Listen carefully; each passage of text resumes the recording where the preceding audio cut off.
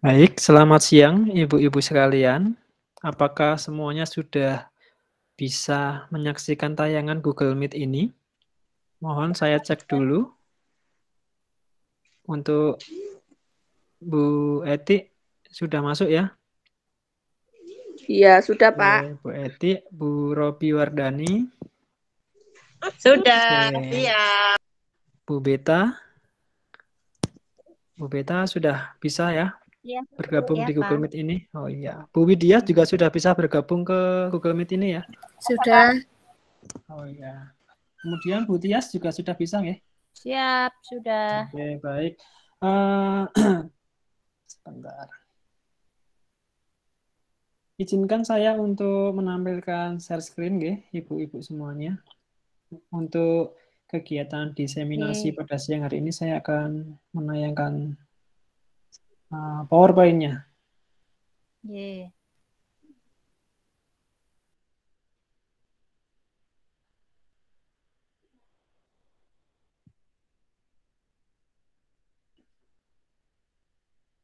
Baik. Assalamualaikum warahmatullahi wabarakatuh. Waalaikumsalam. Assalamualaikum warahmatullahi wabarakatuh. Baik. Selamat siang Ibu-ibu semuanya. Calon guru penggerak Angkatan 3 Kabupaten Klaten yang berbahagia pada siang hari ini. Terima kasih sudah menyediakan kelonggaran waktunya untuk bisa mengikuti kegiatan diseminasi, kegiatan aksi nyata modul 4, yaitu tentang budaya positif. Tentunya kita semua sudah mempelajari modul budaya positif. Pada kesempatan kali ini, saya akan mengulas sejauh mana pengetahuan saya dan apa saja yang telah saya lakukan terkait modul budaya positif. Tak kenal maka tak sayang. Benar ya Bu ya? Nah, maka dari itu saya ingin memperkenalkan diri terlebih dahulu. Perkenalkanlah, nama saya Taufik Arianto. Bisa dipanggil Pak Taufik, tapi jarang sekali ada yang memanggil Pak Ari. Ya. Saya lahir di Klaten 4 Oktober tahun 91, jadi sekarang usianya sudah 30 tahun. Beberapa hari kemarin saya merayakan ulang tahun. Kemudian saat ini saya mengajar di kelas 6 di SD Negeri Gadungan di Kecamatan Wedi, Kabupaten Klaten dengan status sebagai pegawai negeri sipil. Kemudian saya mencantumkan juga alamat Gmail saya, segawardana@gmail.com, kemudian juga ada alamat Instagram dan juga ada nomor WA. Barangkali nanti kita bisa saling bertukar praktik hal baik ya, ibu-ibu sekalian. Saya itu termasuk salah satu guru yang aktif di media sosial, khususnya di Instagram. Sering berbagi praktik baik, berbagi pengalaman, dan tentunya juga saya ingin berbagi cerita di dalam penggunaan media sosial. Baik, langsung saja ke materi yang akan saya sampaikan pada siang hari ini. Budaya positif. Budaya positif itu apa sih? Kok dari kemarin kita itu belajarnya budaya positif? Ketika kita mendengar kata positif, maka yang terpikirkan adalah sesuatu yang baik. Bukan begitu ya, Ibu-ibu? Tapi tidak semua yang positif itu baik loh. Positif COVID itu tidak baik. Ya kan, Bu? Tidak. Tapi ada yang Positif baik aja juga juga. tidak baik. Iya, tapi kalau positif hamil itu baik. Nah, apa sih itu budaya positif? Nah, kemarin saya mencoba itu membuat suatu garis gitu kan. Saya ada menemukan 3 garis bahwa suatu budaya positif itu adalah suatu pembiasaan yang bernilai baik. Kemudian keyakinan atau kesepakatan bersama yang berpihak pada murid dan juga sesuatu yang dapat menumbuhkan karakter positif terhadap murid. Jadi setiap kegiatan di budaya positif itu adalah kegiatan yang baik dan tentunya berpihak pada murid. Seperti apa yang telah kita pelajari pada kegiatan guru penggerak ini, yang dimana kita itu mengarahnya adalah ke filosofi Ki Hajar Dewantara. Nah, saya mencoba membuat suatu jaring laba-laba atau mind map ya, terkait budaya positif. Mungkin ini kurang terlihat jelas, tapi akan saya paparkan saja bahwa Ki Hajar Dewantara itu menjelaskan bahwa tujuan pendidikan yaitu menuntun segala kodrat yang ada pada anak-anak agar mereka dapat mencapai keselamatan dan kebahagiaan yang setinggi-tingginya, baik sebagai manusia maupun sebagai anggota masyarakat. Oleh sebab itu, pendidik tidak hanya menuntun tumbuh atau hidupnya kekuatan kodrat yang ada pada anak-anak, agar dapat memperbaiki lakunya dan tumbuhnya kekuatan kodrat anak. Nah, dalam proses menuntun itu, anak diberi kebebasan. Namun, pendidik sebagai pamong dalam memberi tuntunan dan arahan agar anak tidak kehilangan arah dan membahayakan dirinya. Maka seorang pamong itu dapat memberikan suatu tuntunan yang dapat menemukan kemerdekaan dalam belajar yang sesungguhnya. Merdeka itu kok terus tidak harus, saya bebas mau melakukan ini, wah saya bebas mau melakukan itu. Tidak seperti itu yang dimaksud dengan kebebasan merdeka belajar. Tapi merdeka belajar itu ya bebas, tapi tetap dalam ranah-ranahnya. Nah, berdasarkan atas pemikiran-pemikiran Ki Hajar Dewantara tersebut, maka saat ini kan pemerintah telah merevisi tujuan pendidikan, yaitu terwujudnya profil pelajar Pancasila. Nah, profil pelajar Pancasila itu kan yang saat ini sedang kita dalami bersama-sama di dalam guru penggerak ini. Kemudian, maksud dari merevisi tujuan itu untuk apa? Agar pelajar di Indonesia itu memiliki nilai-nilai yang beriman, bertakwa kepada Tuhan, kemudian berakhlak mulia, mandiri, bernalar kritis, kemudian kebinekaan global, bergotong royong, dan juga kreatif. Tentunya nilai-nilai dalam profil pelajar Pancasila ini kemarin sudah kita masukkan dalam visi sekolah atau visi sebagai guru penggerak yang telah kita buat. Nah, untuk mencapai hal tersebut, maka diharapkan peran nilai guru penggerak. Nah, tentunya kita masih ingat peran dan nilai dari guru penggerak itu apa saja. Peran sebagai guru penggerak itu yang pertama adalah sebagai pemimpin pembelajaran. Kemudian yang kedua adalah menggerakkan komunitas praktisi. Yang ketiga adalah menjadi coach bagi guru yang lain. Dan yang keempat, mendorong kolaborasi antar guru. Serta peran yang kelima adalah mewujudkan kepemimpinan murid. Nah, lalu nilai-nilainya apa saja? Nilai-nilai dari guru penggerak itu juga ada 5. Yang pertama adalah nilai kemandirian. Kemudian yang kedua reflektif. Yang ketiga kolaboratif. Yang keempat inovatif. Dan yang kelima berpihak pada murid. Kalau kita melihat nilai dan peran, yang perlu kita garis bawahi adalah berpihak pada murid. Nah, itu harus kita garis bawahi. Dengan bermodalkan peran dan nilai tersebut, maka guru penggerak itu nanti diharapkan mampu membuat sebuah visi yang menggambarkan usaha mencapai tujuan pendidikan, yaitu profil pelajar Pancasila. Nah, setelah visi dibuat, maka selanjutnya mengelaborasi visi tersebut dengan menggunakan model inquiry dengan penerapan Bagja. Nah, kita semua tentunya sudah mendalami materi tersebut. Bagja itu merupakan sebuah akronim di mana B adalah yang tahapannya ada 5 dalam Bagja itu. Yang pertama adalah membuat pertanyaan umum, yang kedua ambil pelajaran, yang ketiga gali mimpi, kemudian yang keempat jabarkan rencana, kemudian yang kelima adalah atur eksekusi. Kita sebagai calon guru penggerak sudah mencoba dalam membuat suatu perubahan dengan penerapan inquiry dengan metode Bagja. Nah, untuk dapat terlaksananya visi tersebut dengan baik, maka sekolah memerlukan suasana yang kondusif. Nah, untuk itu diperlukan tumbuhnya budaya yang positif di sekolah. Di samping menumbuh kembangkan budaya positif yang selama ini telah ada seperti ada senyum, salam sapa, dan sebagainya itu, nah itu kan dipandang perlu lagi untuk merintis sebuah budaya positif yang lain, yaitu dengan adanya suatu keyakinan kelas. Apa sih itu suatu keyakinan kelas? Nah, kalau menurut pemahaman saya bahwa keyakinan kelas itu merupakan suatu kesepakatan yang kita sepakati secara bersama-sama, baik antara guru dan murid, yang berisi aturan untuk membantu guru dan murid bekerja bersama membentuk kegiatan belajar mengajar yang efektif, di mana kesepakatan atau keyakinan kelas nanti adalah terwujudnya suatu nilai-nilai kebajikan. Misalkan saling menghormati, kemudian peduli terhadap kesehatan, peduli terhadap lingkungan, Seperti itu. Nah, terkait dengan aksi nyata yang saya lakukan dalam kaitannya dengan modul budaya positif ini, saya mencoba merancang suatu tindakan. Nah, berikut ini adalah pemetaan rancangan tindakan yang akan saya lakukan terkait aksi nyata. Apa sih yang melatar belakangi rancangan tindakan ini?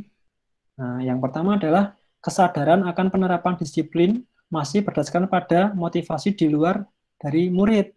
Jadi, mereka itu melakukan sesuatu bukan atas kemauannya sendiri, tapi karena ada hal lain, seperti karena ingin mendapatkan suatu penghargaan, karena takut dihukum, seperti itu. Di mana dengan pembiasaan-pembiasaan yang positif nanti, yang diterapkan itu bukan lagi disiplin positif, namun masih menganut reward dan punishment. Nah, itu tadi. Jadi motivasi yang muncul dari siswa itu bukan dari dirinya sendiri, tetapi karena adanya suatu timbal baliknya. Oh, saya akan melakukan ini karena saya takut nanti dihukum. Oh, saya akan mendapatkan nilai 100 karena tujuan saya adalah ingin mendapatkan suatu penghargaan atau reward. Nah, itu masih seperti itu kenyataan yang ada di sekolah.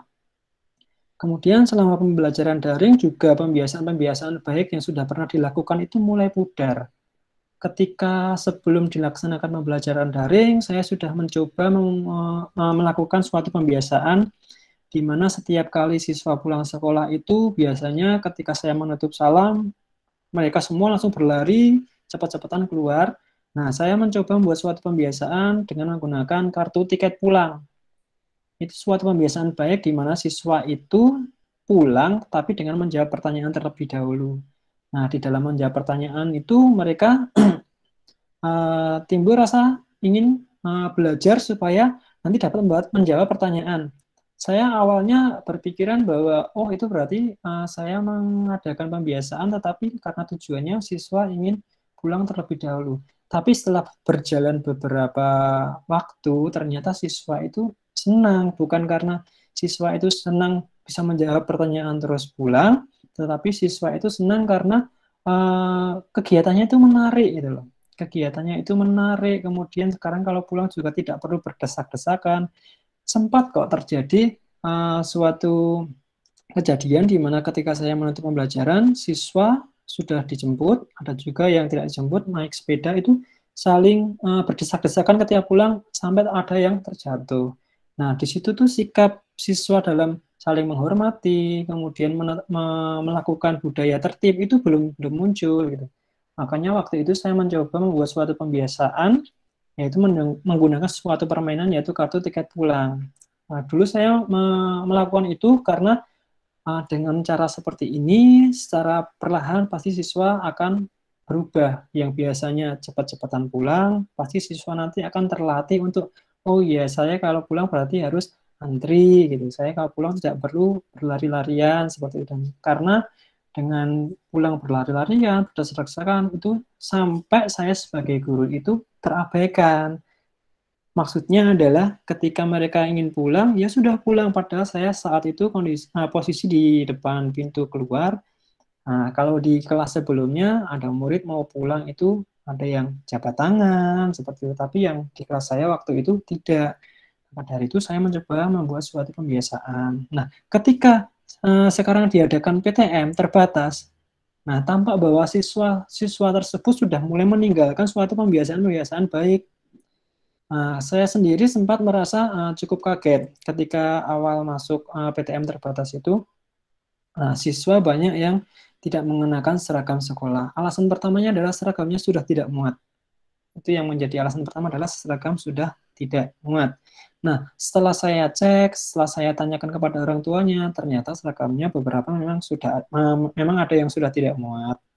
Namun, ada juga seragam yang sebenarnya masih muat, tetapi siswa ingin menggunakan seragam bebas karena melihat teman-teman yang lainnya juga menggunakan seragam bebas. Nah, di sini yang saya khawatirkan itu adalah siswa tidak lagi mematuhi aturan sekolah. Kemudian, yang saya khawatirkan lagi adalah timbulnya kesenjangan sosial antara siswa.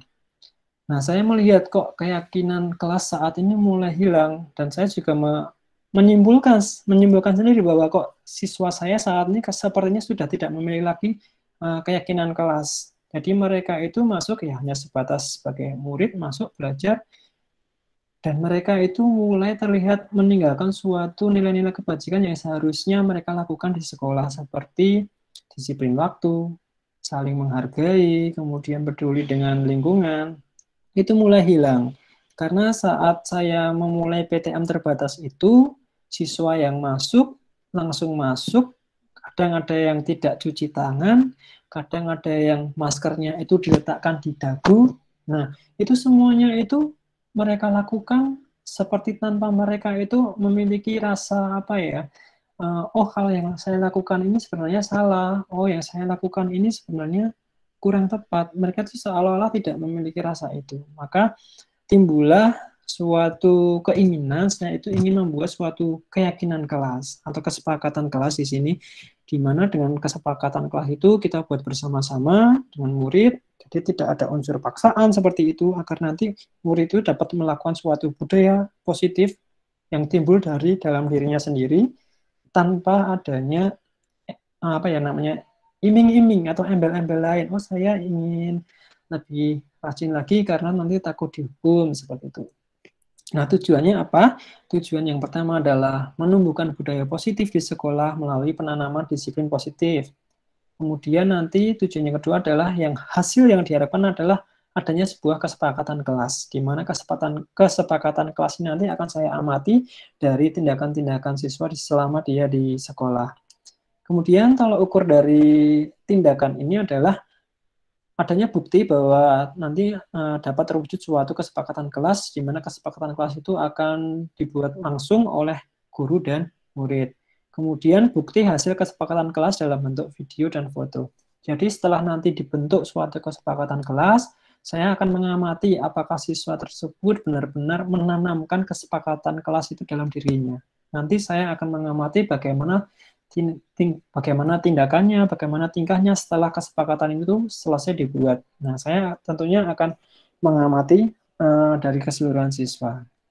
Kemudian, langkah-langkah tindakannya atau lini masa tindakannya yang pertama adalah tentu saja saya harus melakukan konsultasi dengan kepala sekolah. Kemudian, saya selain konsultasi, saya juga perlu suatu diskusi atau dalam hal ini adalah saya menyebutnya adalah sebagai sosialisasi yang saya lakukan kepada rekan sejawat. Apa sih nanti yang akan saya lakukan? Saya mau melakukan apa? Nah, saya akan menyampaikan rencana ini semuanya kepada kepala sekolah dan juga kepada rekan sejawat. Tujuannya adalah untuk mendapatkan timbal balik atau maaf, untuk mendapatkan umpan balik. Jadi, apa yang seharusnya saya lakukan, ini kurangnya apa, seperti itu. Kemudian setelah itu nanti disetujui, maka saya akan menyusun suatu kesepakatan kelas bersama dengan murid. Nah, semua kesepakatan kelasnya adalah pokok akhirnya adalah murid. Maka saya akan mengemas suatu kegiatan di kelas nanti dengan kegiatan yang menarik agar siswa itu juga antusias dalam membuat suatu kesepakatan kelas. Kemudian setelah itu saya akan merefleksikan tindakan dalam rangka mewujudkan budaya positif di kelas.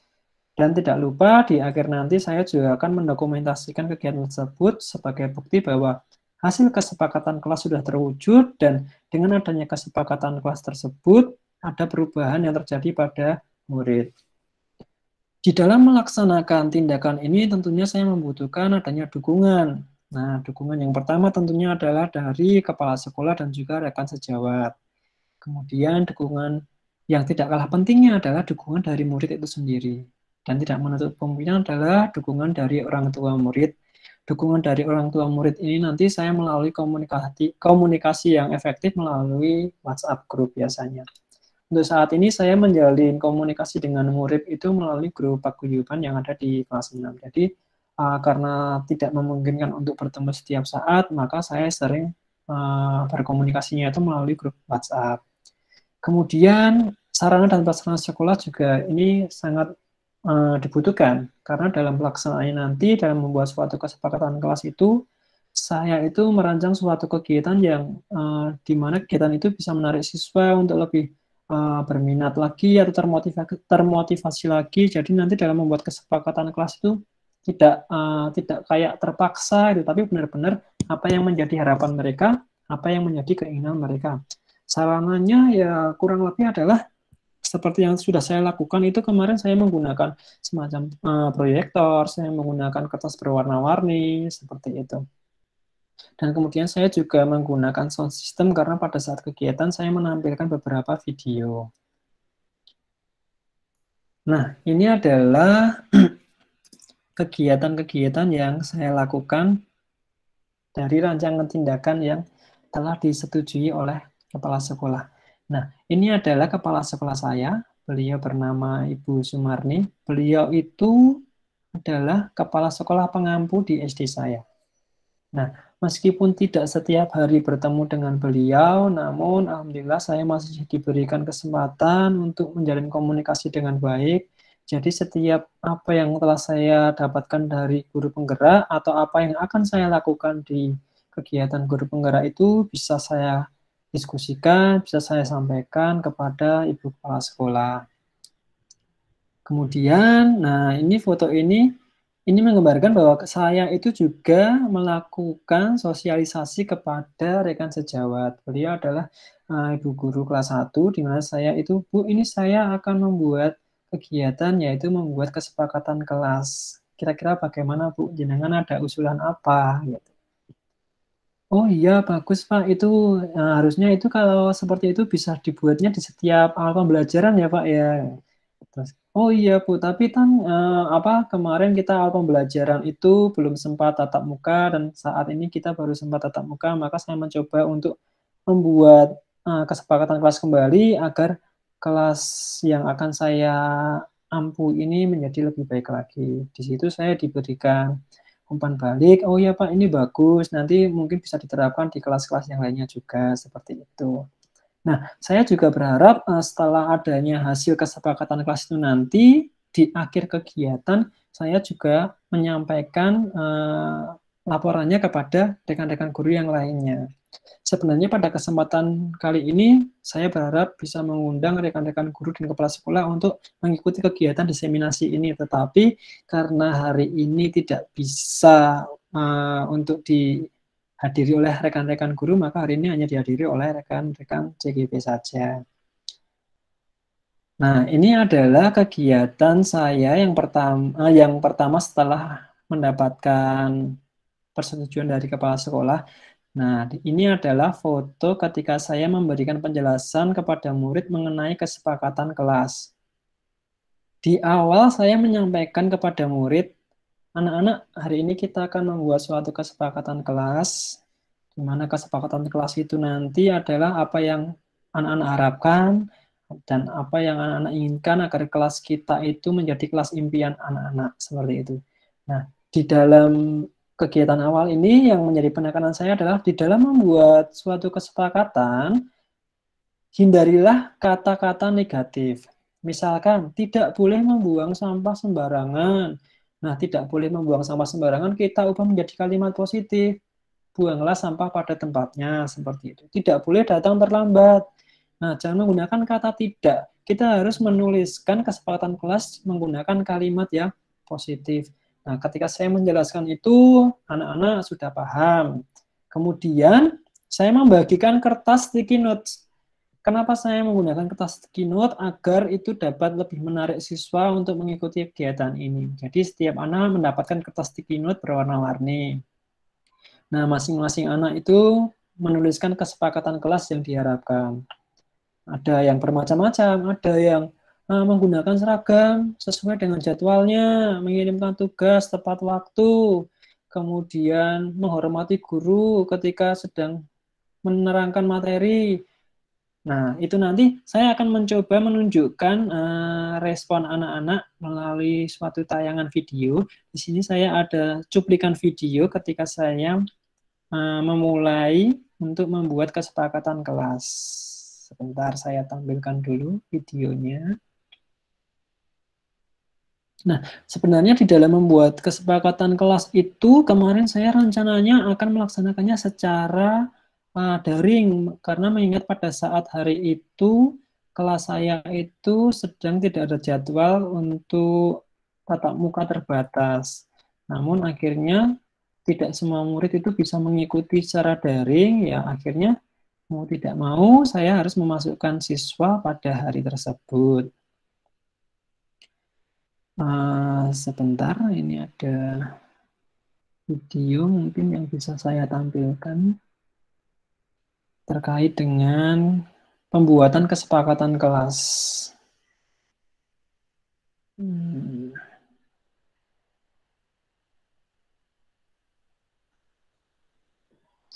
Nah, saya berharap juga video nanti dapat memotivasi ibu-ibu yang lainnya, di mana dalam membuat kegiatan itu kita harus bisa membuat sesuatu yang menarik bagi siswa.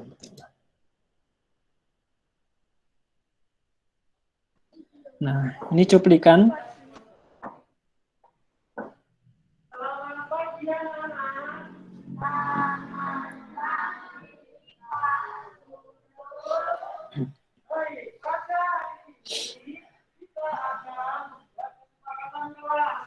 Seperti yang Pak Taufik sampaikan di hari kemarin, bahwa hari ini kita buat secara bersama-sama kesepakatan kelas. Nah, nanti Pak Guru akan memberikan masing-masing satu lembar kertas. Nah, nanti kalian menuangkan ide kalian, apa yang kalian mau untuk kesepakatan kelas kita. Misalkan, nanti ingin memberikan kesempatan kelas yang dibuat, misalkan membuang sampah pada tempatnya. Nah, seperti itu. Diusahakan nanti setiap anak berbeda-beda ya kesepakatannya ya. Terus belum? Nah, nanti kalian memberikan masing-masing satu kertas. Sama lagi ya. Tidak usah milih. Tak dulu membagikannya acak saja.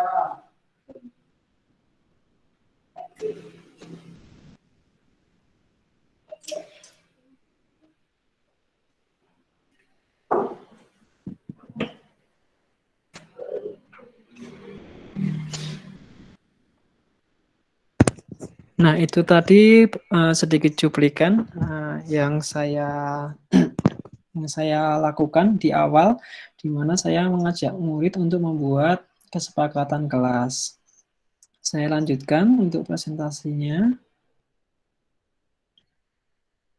Nah, setelah itu mereka menuliskan apa yang menjadi keinginan mereka, apa yang menjadi suatu keyakinan mereka terkait dengan budaya positif yang akan dilaksanakan di kelas. Nah, ini adalah kegiatan murid ketika sedang menuliskan kesepakatan kelas yang diharapkan. Nah, ketika sudah selesai, kesepakatan kelas tersebut ditempelkan. Nah, masing-masing anak menempelkan kesepakatan kelasnya. Nah, satu anak menuliskan satu kesepakatan kelas yang diharapkan. Saya mengimbau kepada murid-murid itu untuk membuat suatu kesepakatan kelas yang berbeda-beda. Maka pada saat mereka menulis itu, saya beri waktu untuk berdiskusi, tetapi tetap dalam posisi tempat duduknya masing-masing, karena kita harus tetap mematuhi prokes ya. Nah, kemudian ini adalah kesepakatan kelas yang sudah ditempelkan semuanya. Nah, pada bagian ini, saya mencoba mengelompokkan kesepakatan kelas ke dalam nilai kebajikan. Karena setiap siswa itu menuliskannya itu kalau saya rinci, itu menurut saya masih ke suatu aturan. Misalkan membawa buku paket sesuai jadwal, kemudian berangkat sekolah tidak boleh berangkat sekolah sebelum jam pembelajaran dimulai, membuang sampah pada tempatnya, menggunakan sepatu berwarna hitam. Nah, saya mencoba mengklasifikasikan setiap butir pernyataan yang siswa tulis itu ke dalam nilai-nilai kebajikan. Sehingga nanti didapatkan suatu kesepakatan kelas yang menerapkan nilai-nilai kebajikan yang harus dilaksanakan oleh murid dalam mewujudkan budaya positif di sekolah. Kemudian setelah itu, saya pada bagian ini adalah membuat poster kesepakatan kelas. Nah, pada bagian ini saya tentunya berkolaborasi dengan murid. Mau seperti apa nanti posternya? Mau pakai layout yang mana? Dalam pembuatan ini tentunya saya menggunakan media Canva. Sekaligus saya mengajarkan kepada anak-anak tentang teknologi. Nah, jadi di dalam pembuatan poster kesepakatan kelas itu, berdasarkan apa yang diinginkan oleh siswa. Saya memperlihatkan beberapa contoh-contoh anak-anak ingin yang mana seperti itu. Nah, jadi pada kegiatan itu juga sekaligus saya juga menanamkan nilai-nilai positif kepada anak-anak. Jadi kesepakatan kelas yang dibuat itu tidak berasal dari saya, tetapi memang benar-benar dari anak-anak tersebut dan mereka meyakininya dan nanti dalam penerapannya adalah mereka akan melaksanakan keyakinan atau kesepakatan kelas tersebut dalam menumbuhkan budaya positif di sekolah. Nah, saya juga masih ada cuplikan mengenai video dalam pembuatan kesepakatan kelas. Mungkin nanti bisa menjadi gambaran ibu-ibu yang lain. Saya tampilkan.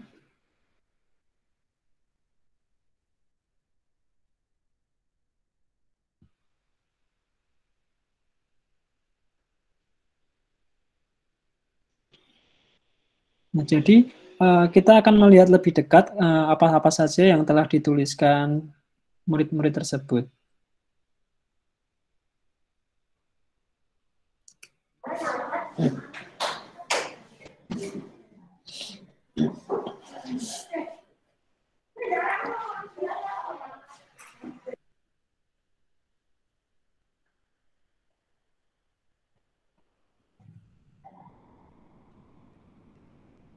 Maaf, terputus. Saya ulangi kembali.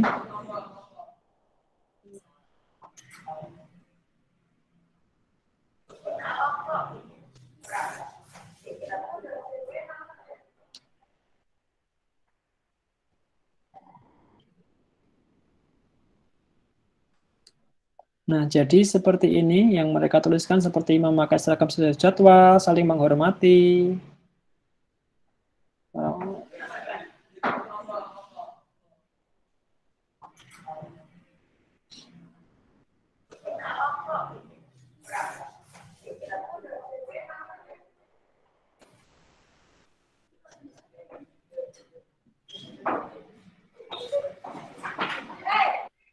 Nah, jadi semua yang telah dituliskan siswa tadi, saya kelompokkan kembali ke dalam nilai-nilai kebajikan.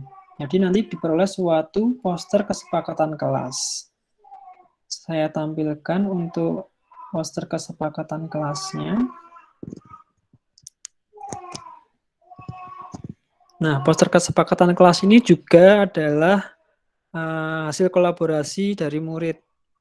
Jadi bukan guru yang membuat sepenuhnya, tetapi juga guru berkolaborasi dengan murid. Nah, poster kesepakatan kelas yang dihasilkan adalah seperti ini. Jadi dalam poster ini ada 5 nilai-nilai, di mana nilai-nilai tersebut adalah nilai-nilai yang diyakini oleh murid untuk mewujudkan budaya positif di sekolah. Nah, yang pertama adalah merawat lingkungan kelas. Nah, selain lingkungan kelas juga diharapkan nanti juga berimbas ke lingkungan sekolah.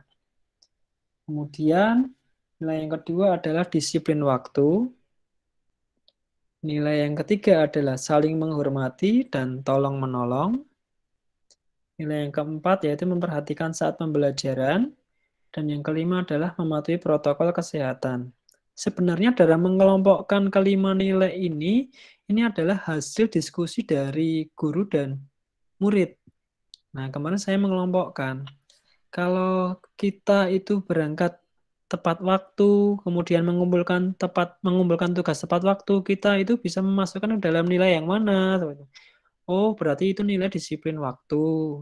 Kemudian kemarin juga ada melaksanakan piket sesuai jadwal, kemudian menyiram tanaman di sekolah, menanam tanaman yang ada di sekitar sekolah. Nah, kita masukkan ke dalam merawat lingkungan kelas atau sekolah. Kemudian kemarin juga ada anak yang menuliskan kita harus tolong-menolong, kemudian ketika guru sedang berada di depan kita, kita harus mengucapkan salam, seperti itu. Nah, kita masukkan dalam saling menghormati dan tolong-menolong. Dan tentunya yang saat ini kita harus patuhi betul adalah tentang kesehatan, di mana saat ini kan lebih aware sekali tentang kesehatan, karena pembelajaran pada saat ini berbeda dengan pembelajaran sebelum pandemi, di mana siswa harus benar-benar mematuhi protokol kesehatan mulai dari menggunakan masker, jaga jarak, cuci tangan. Nah, ini adalah sebenarnya poin penting yang harus kita bangun dari awal, karena sebelumnya siswa itu tidak menerapkan nilai ini, seperti ke sekolah memakai masker, kemudian jaga jarak. Kalau untuk cuci tangan, iya. Kalau untuk cuci tangan memang itu menjadi suatu budaya yang sudah ada sejak dulu. Jadi kita harus membiasakan diri untuk cuci tangan. Tapi untuk menggunakan masker dan juga untuk jaga jarak, ini sesuatu yang baru yang harus dilakukan oleh siswa. Tetapi itu juga merupakan suatu budaya positif di mana kita itu saling menjaga kesehatan, keselamatan satu sama lain. Nah, setelah poster kesepakatan ini dibuat, tentunya harapan selanjutnya adalah terwujudnya nilai-nilai budaya positif dari kesepakatan kelas yang telah dibuat. Nah, tentunya dalam mengamati, kemudian juga dalam melakukan refleksi, tidak langsung pada saat itu juga. Tetapi di lain waktu, saya mencoba untuk mengamati tindakan yang telah dilakukan oleh murid-murid saya. Jadi ketika hari itu, kegiatan kita hanya membuat kesepakatan kelas. Nah, di hari selanjutnya barulah saya sebagai guru melakukan suatu refleksi. Saya mengamati apakah murid tersebut sudah melaksanakan kesepakatan kelas yang dibuatnya. Nah, saya ada beberapa dokumentasi terkait dengan kesepakatan kelas yang telah dibuat dalam penerapannya di sekolah. Nah, ini hasil penerapan kesepakatan kelas. Kesepakatan kelas ini dalam mewujudkan budaya positif di sekolah ataupun di kelas. Nah, ini adalah foto anak yang sedang menanam tanaman. Nah, di lingkungan sekolah saya itu ada beberapa tanaman, ada beberapa pot yang selama pandemi ini tidak terawat dengan baik. Jadi tidak disiram dan banyak tanaman yang mulai kering. Nah, siswa itu ada yang inisiatif menyiram tanaman ketika mereka sudah sampai di sekolah. Ketika anak-anak sudah sampai di sekolah itu, mereka kadang ada yang bermain bola. Nah, di awal-awal itu saya mencoba mengatakan kepada anak-anak bahwa untuk kegiatan PTM terbatas ini anak belum diperbolehkan untuk bermain bola ketika sedang menunggu pembelajaran. Karena itu sangat riskan sekali, nanti takutnya ketika ada supervisi itu karena anaknya saat bermain bola itu kan mereka tidak menjaga jarak dan kadang maskernya itu diletakkan di dagu. Nah, ketika itu saya sampaikan kepada anak-anak, ternyata mereka mengiyakan, baik mereka tidak akan melakukan kegiatan bermain sepak bola sebelum pembelajaran dimulai. Nah, tiba-tiba ada seorang murid itu mereka inisiatif mengambil air, kemudian menyiramkan ke tanaman yang ada di depan kelas. Nah, pada saat itu saya juga berpesan kepada mereka, oh tidak apa-apa kalau akan menyiram tanaman, itu di sana juga masih ada pot, ada tanaman, kenapa kita tidak mulai menanam kembali. Nah, pada kegiatan dulu sebelum pandemi itu ada kegiatan siswa menanam, itu masuk dalam pembelajaran, di mana para siswa itu membawa satu tanaman dan ditanam di sekolah, kemudian dirawat sesuai dengan tanamannya sendiri-sendiri. Namun karena adanya pandemi ini dan mengharuskan pembelajaran daring, kegiatan itu mulai hilang. Dan akhirnya kegiatan itu bisa diwujudkan kembali dengan foto berikut ini, bahwa siswa memulai menanam tanaman kembali dalam tujuannya adalah merawat lingkungan sekitar kelas ataupun sekolah. Nah, selain itu, anak juga merawat lingkungan dengan cara menyiram. Nah, menyiram ini tidak hanya dilakukan di sekolah ternyata. Pada awal pembelajaran tahun ajaran baru ini, saya memulai kegiatan yang atau pembiasaan yang baik di mana siswa itu setiap pagi saya minta untuk mengirimkan video atau foto merawat kebersihan sekitar rumah. Mulai dari merapikan tempat tidur, atau mungkin ada yang memberi makan hewan ternak, dan juga memelihara tanaman. Nah, foto ini dilakukan oleh murid saya di rumah. Jadi anak ini dia sebelum, ini kegiatannya sebelum berangkat ke sekolah, dia menyiram tanaman yang ada di rumah. Nah, ini sebelum berangkat ke sekolah, ini menggunakan seragam sekolah ya, SD saya, SD Negeri Gadungan. Nah, anak tersebut mengirimkan foto sebagai bukti bahwa dia telah melaksanakan kegiatan menyiram tanaman di rumah. Seperti itu. Ini merupakan suatu nilai dari budaya positif, yaitu merawat lingkungan. Nah, foto yang ini adalah kegiatan melaksanakan piket kelas. Nah, untuk saat ini piket kelas itu dilaksanakan tidak hanya ketika pulang sekolah, tetapi juga sebelum dan setelah pembelajaran. Saya berpesan kepada murid saya ketika pembelajaran akan dimulai, pastikan keadaan kelasnya itu bersih, ya. Jangan sampai ada kotoran yang masih banyak di meja ataupun di lantai ataupun di kursi. Pastikan sebelum kita memulai pembelajaran, kelas kita itu bersih. Tetapi tidak hanya murid saja yang membersihkan. Nah, saya sebagai guru juga ikut mendampingi. Jadi tidak ada istilahnya muridnya saja yang membersihkan, guru tinggal menempati. Bukan seperti itu. Tetapi dalam kegiatan ini, saya sebagai guru mendampingi mereka dalam melakukan kebersihan kelas. Karena dengan kelas yang bersih, pembelajaran dapat dilaksanakan dengan lebih nyaman dan tentunya anak-anak juga lebih terjaga kesehatannya. Dan tidak lupa di dalam kegiatan piket ini tidak hanya dilakukan ketika sebelum pembelajaran, tapi di akhir atau setelah pulang sekolah, guru dan juga murid masih melaksanakan piket kelas. Jadi datang itu kita bersihkan, pulang juga kita bersihkan. Sehingga kelas kita menjadi kelas yang bersih, agar semua murid yang berada di dalamnya itu juga selalu sehat. Kemudian untuk nilai disiplin waktu, nah berikut 2 foto yang terekam, yang saya dokumentasikan. Foto yang ini adalah foto anak yang berangkat ke sekolah. Kenapa saya menampilkan foto anak yang berangkat ke sekolah? Ini foto saya ambil pada hari Sabtu. Oh bukan, ini foto saya ambil pada hari Kamis. Ya, ini foto saya ambil pada hari Kamis. Nah, foto saya ambil pada hari Kamis, jadi anak ini jam 6:30 itu sudah berangkat ke sekolah. Nah, di tempat saya pembelajaran dimulai pukul 7. Nah, anak ini pukul 6:30 sudah sampai di sekolah. Berarti anak ini sudah menerapkan nilai disiplin waktu. Karena dia sudah sampai di sekolah 30 menit sebelum pembelajaran dimulai. Kemudian foto ini, beberapa murid terlihat sedang mengerjakan tugas. Apa maksudnya? Nah, di dalam foto ini saya ingin menyampaikan bahwa di dalam pengerjaan tugas, pengumpulan tugas, anak-anak itu mengumpulkan tugas, menyelesaikan tugasnya itu tepat waktu. Sehingga mereka juga sudah menerapkan suatu nilai budaya positif, yaitu disiplin waktu. Pada saat ini kelas saya, kelas 6 itu PTM terbatas, masuknya itu masih 50% untuk daring dan 50% untuk tatap muka.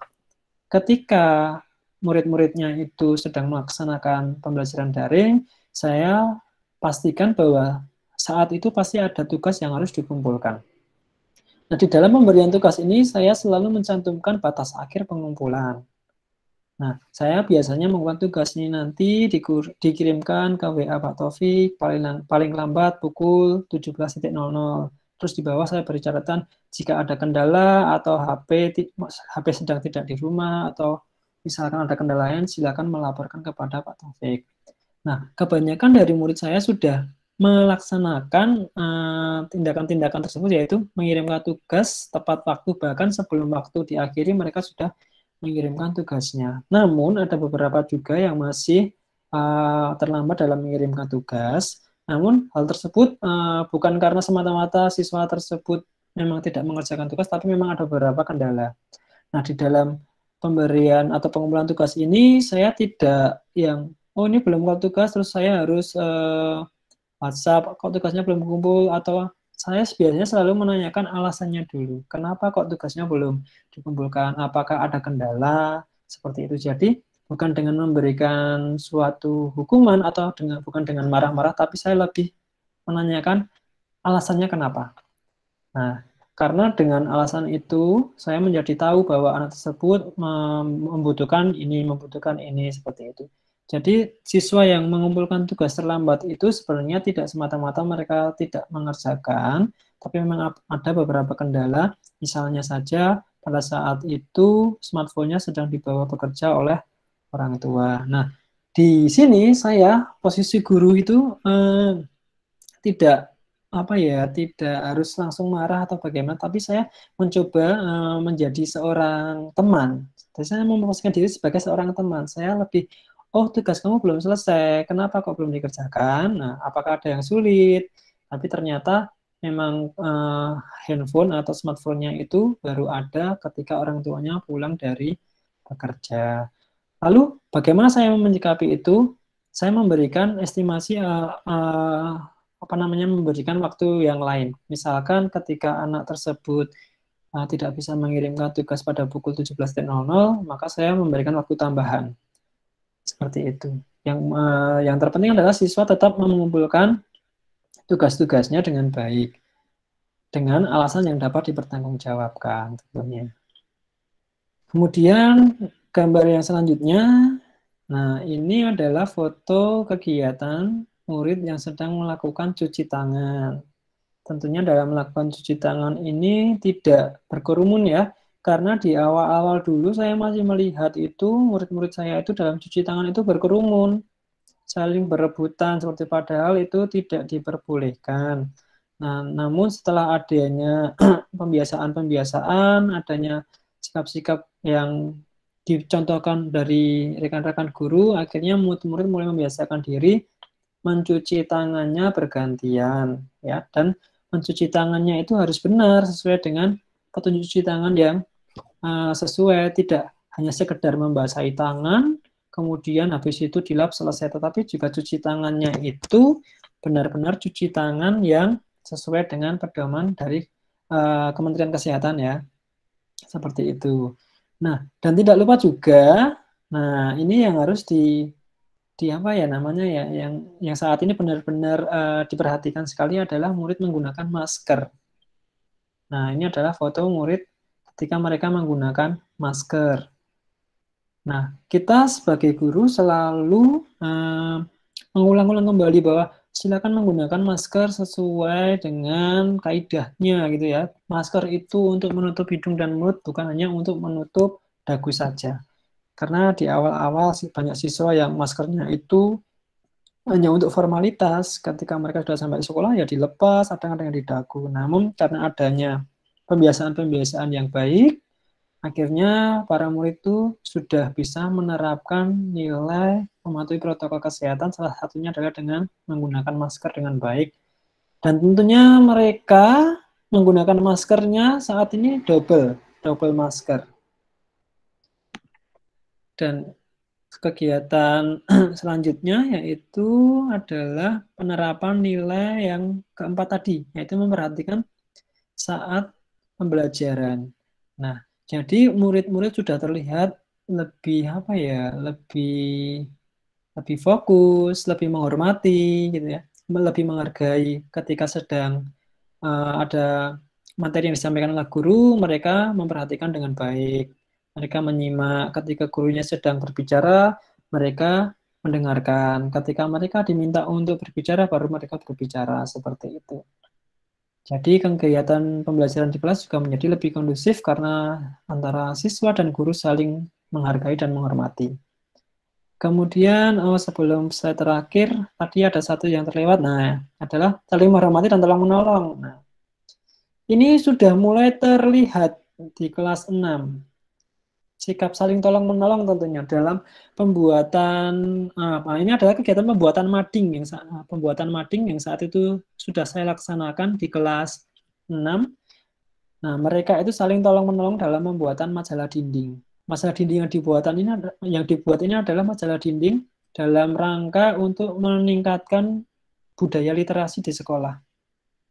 Dan foto yang di sebelahnya ini adalah mereka itu saling menghormati ketika mereka itu diberi, ini adalah sebuah foto di mana ada 3 orang murid, itu saya beri kesempatan untuk browsing. Jadi ketika membuat modding itu semuanya dilakukan oleh siswa. Saya hanya sebagai pendamping. Siswa mencari artikel sendiri, mencari materi sendiri. Ini muridnya ini saya beri kesempatan untuk browsing. Saya ajari bagaimana cara browsing melalui Google menggunakan laptop.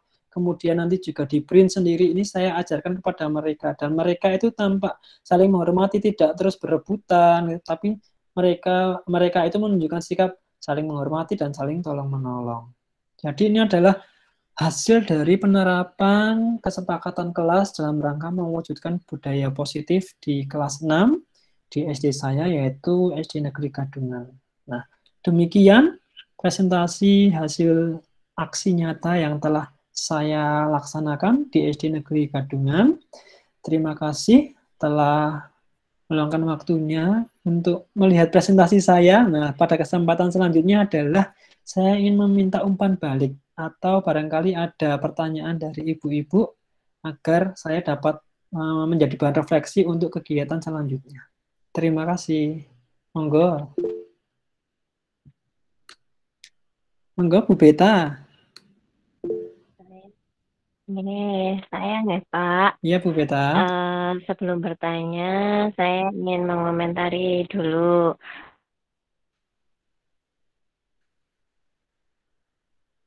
Iya, Bu. Paparan yang Bapak Taufik paparkan sangat bagus, nggih. Nah, dalam program-programnya seperti itu. Nah, yang saya tanyakan yaitu kan untuk keberlanjutan program yang telah diterapkan oleh Bapak di sekolah Bapak. Itu, Pak. Terima kasih. Oh, baik. Jadi pertanyaan adalah perbaikan yang diperlukan untuk selanjutnya gitu ya, Bu ya?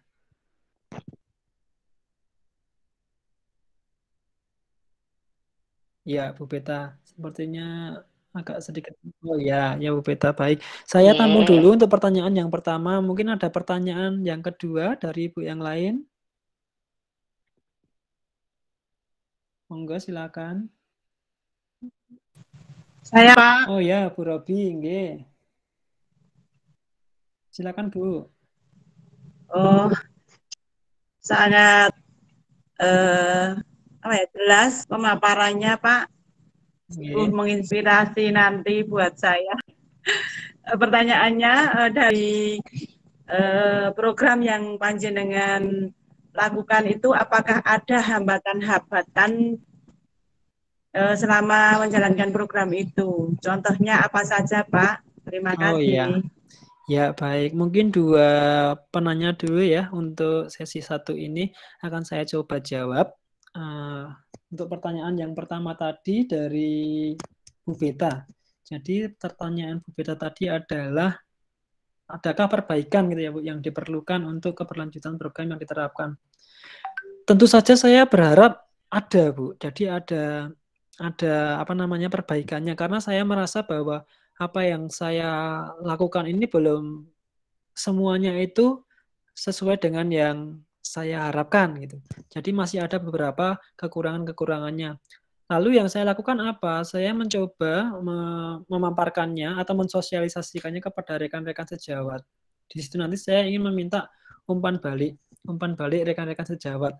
Saya telah melaksanakan ini, hasilnya seperti ini, kira-kira bagaimana Bapak Ibu yang lain? Apakah ini bisa kita terapkan untuk semua kelas? Atau mungkin ada perbaikan yang lain. Nah, untuk tahap yang ini akan saya sosialisasikan kepada rekan-rekan sejawat saya. Tentunya saya berharap nanti dari kegiatan itu saya mendapatkan masukan-masukan yang saya harapkan itu nanti adalah masukan-masukan yang bukan hanya positif saja. Saya malah berharapnya, oh Pak Taufik ini harusnya gini. Jadi yang lebih saya harapkan adalah saran-saran seperti itu. Terkadang ketika saya mensosialisasikan kepada rekan-rekan sejawat itu jawabannya itu selalu positif nih.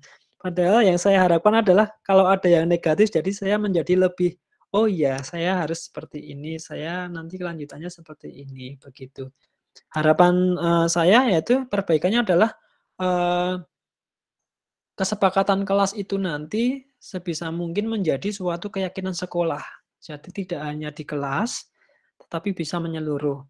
Ini kan langkah awal kan dilaksanakan di kelas saya dulu. Ketika itu nanti sudah dianggap berhasil dengan rekan-rekan yang lain, maka saya ingin menularkannya kepada rekan-rekan yang lain. Ayo kita bersama-sama membuat suatu keyakinan kelas, masing-masing kelas, di mana nanti itu bisa kita ambil menjadi suatu keyakinan atau kesepakatan sekolah, seperti itu. Sehingga itu nanti menjadi budaya positif yang ada di sekolah, tidak hanya budaya positif yang ada di kelas saya sendiri. Kira-kira begitu Bu Beta yang bisa saya sampaikan. Mungkin ada yang ingin ditambahkan Bu Beta? Sampun Bapak luar biasa. Terima kasih atas Oh iya, jawabannya. nggih Bu Beta, terima kasih kembali. Kemudian untuk pertanyaan kedua tadi dari Bu Robi, nggih. Jadi hambatan ya Bu ya, hambatan yang saya temui selama penerapan. Hambatan itu sebenarnya lebih ke Bu, lebih ke bagaimana cara saya menyikapi suatu masalah. Jadi hambatan itu sebenarnya muncul dari dalam diri saya sendiri.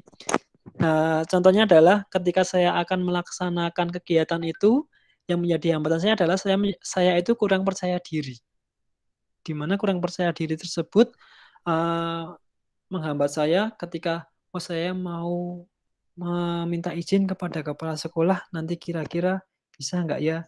Saya mau mensosialisasikan kepada rekan sejawat, kira-kira nanti bisa nggak ya? Nah, saya tuh di awal sudah mulai seperti itu dulu, Bu. Menurut saya itu menjadi hambatan yang timbul dari dalam diri saya sendiri.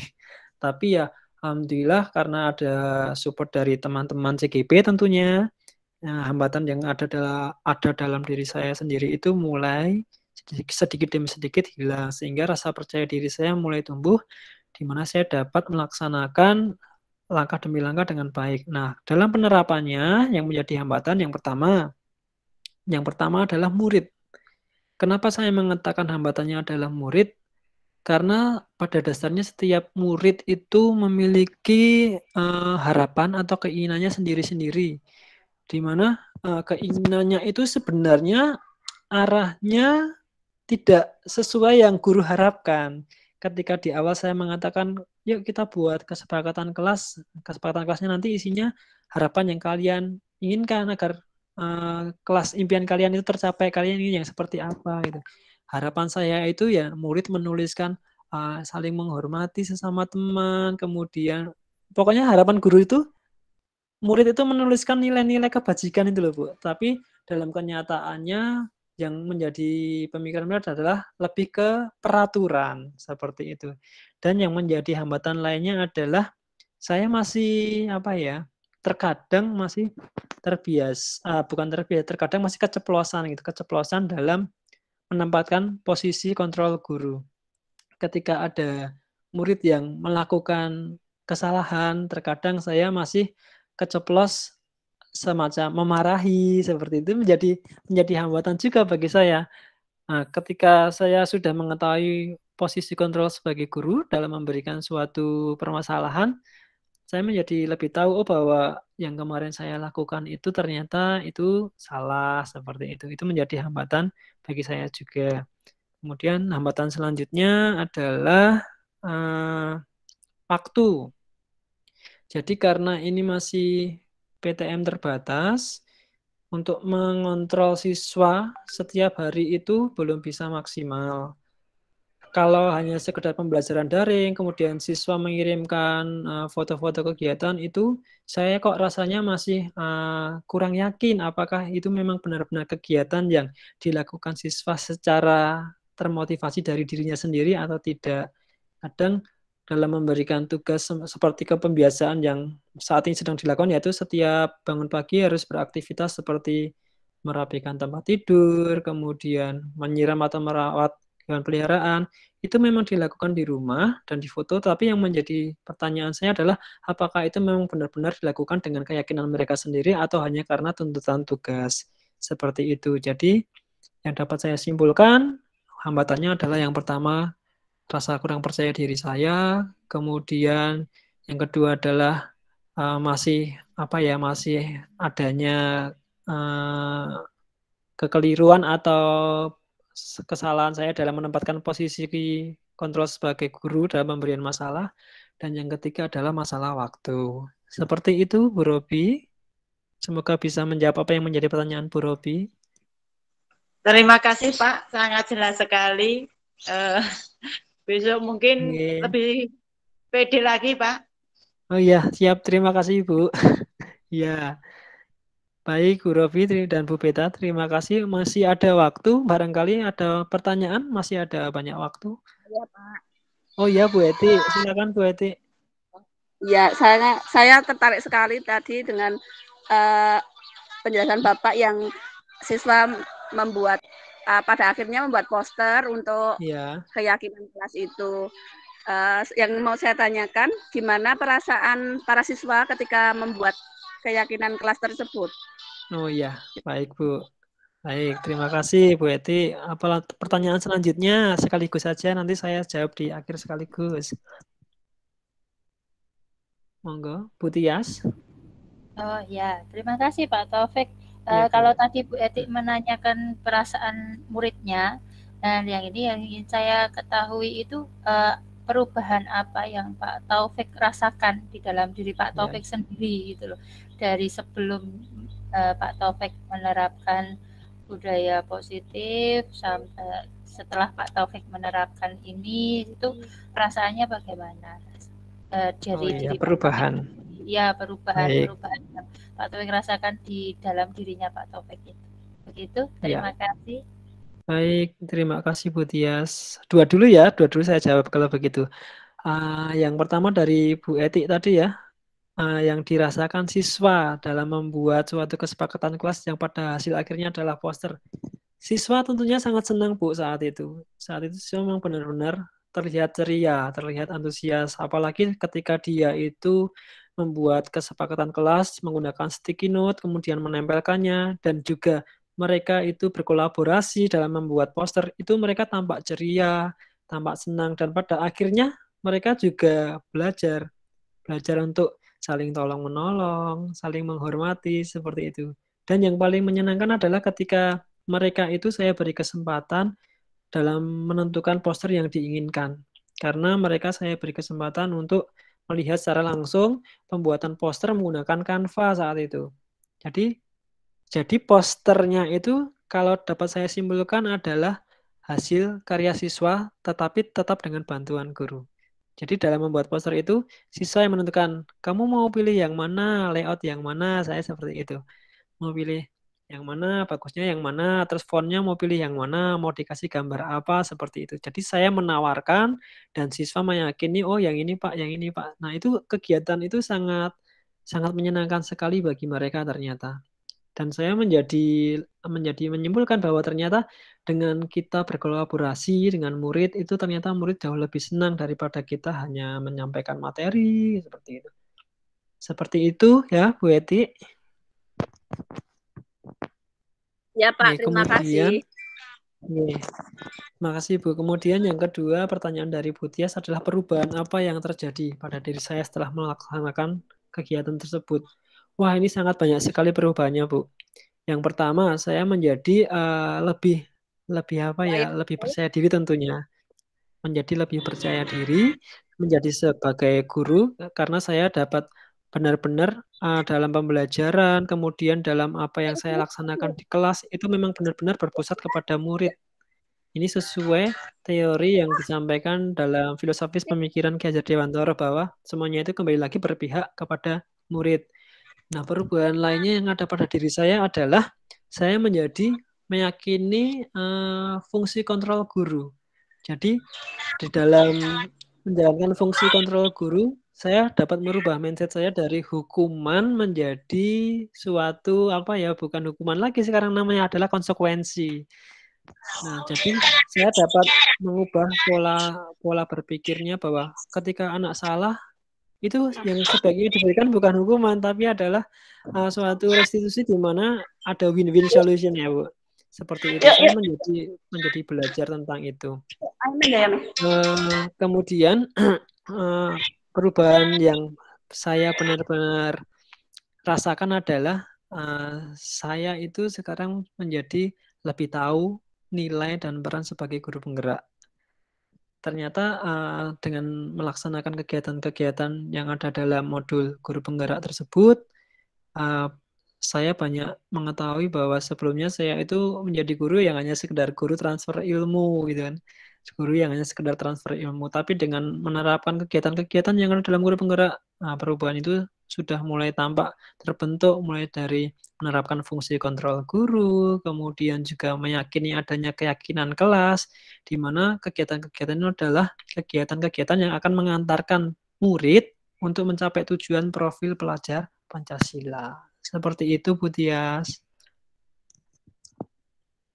Oke, Pak Taufik, bagus, Baik. luar biasa sekali. Tadi paparannya juga luar biasa bahwa bagaimana Pak Taufik membreakdown dari pemikiran Ki Dewantoro untuk kemudian diterapkan dalam menumbuhkan budaya positif di sekolah. Luar biasa sekali, Pak Taufik. Terima kasih jawabannya. Ya, terima kasih juga Bu Tias. Mungkin satu pertanyaan lagi, barangkali masih ada. Masih ada Baik, yang Pak, ingin bertanya saya mau atau bertanya. memberikan masukan gitu? Oke. Ya, Pak. Iya, Bu Widya, silakan. Iya. Dari pemaparan Pak Taufik tadi, menurut saya begitu berhasilnya ya di sekolahan Bapak ya, karena tindakannya begitu baik untuk anak maupun untuk sekolahan. Nah, yang ingin saya tanyakan, dalam keberhasilan tersebut tentu ada faktor-faktornya yang mempengaruhi kan Pak. Nah, faktor-faktor tersebut apa ya Pak ya untuk menumbuhkan budaya positif di sekolah Bapak? Terima kasih. Baik, terima kasih Bu Widya. Jadi untuk faktor-faktornya yang pertama itu adalah dari murid itu sendiri. Yang menjadi faktor keberhasilan dalam penerapan kegiatan itu adalah yang pertama adalah dari murid itu sendiri. Alhamdulillah di kelas 6 ini saya mendapatkan murid yang menurut saya itu bisa diajak untuk bekerja sama seperti itu. Jadi murid-muridnya itu tidak yang kok terus pasif, tetapi murid-murid yang saat ini alhamdulillah mendapatkan murid-murid yang aktif gitu. Jadi saya sebagai guru itu senang ketika muridnya itu aktif. Kemudian faktor yang kedua adalah rekan sejawat. Nah, ini menjadi faktor juga dalam penentu keberhasilan saya. Karena dengan adanya rekan sejawat, saya dapat meminta umpan balik, meminta saran, seperti itu. Dan tidak kalah pentingnya adalah kepala sekolah. Kepala sekolah di tempat saya mengajar ini adalah kepala sekolah yang memang benar-benar bertanggung jawab. Jadi, kepala sekolah tersebut selalu memantau kegiatan-kegiatan yang telah saya laksanakan. Jadi, saya itu seakan-akan ayo harus berbuat lebih baik karena apa yang saya lakukan itu ternyata diamati oleh kepala sekolah saya. Jadi yang muncul dalam benak saya adalah oh harus baik seperti itu dan satu kalimat yang saya yakini adalah harus bisa, yakin bisa, pasti bisa. Itu suatu kalimat yang saya yakini sampai saat ini. Pokoknya harus bisa, yakin bisa, dan pasti bisa. Itu menjadi faktor yang benar-benar merupakan penyemangat dan penentu keberhasilan yang saya telah laksanakan dalam kegiatan ini. Demikian itu Bu Widya. Baik Pak, terima kasih atas penjelasannya. Baik, sama-sama Bu. Berarti sudah terjawab semua ya untuk pertanyaan-pertanyaannya. Saya ucapkan terima kasih kepada ibu-ibu semua yang telah meluangkan waktunya untuk mengikuti kegiatan pemaparan aksi nyata modul budaya positif yang telah saya laksanakan. Pesan saya adalah seperti yang saya sampaikan di akhir pertanyaan tadi, yang saya yakini adalah yakin bisa, harus bisa, dan pasti bisa. Semoga kalimat itu menjadi kalimat penyemangat buat ibu-ibu yang lain agar dapat melaksanakan tugasnya sebagai guru sesuai dengan filosofi Ki Hajar Dewantoro dan nanti pada akhirnya kita akan mengantarkan murid-murid kita untuk mencapai tujuan profil pelajar Pancasila. Demikian yang saya sampaikan untuk mengakhiri kegiatan pada hari ini. Saya tutup dengan billahi taufiq wal hidayah. Wassalamualaikum warahmatullahi wabarakatuh. Waalaikumsalam warahmatullahi wabarakatuh. Terima kasih Pak Taufik. Terima kasih Bu. Terima kasih Pak. Terima kasih. Izin live ya Pak. Ya Bu, terima kasih.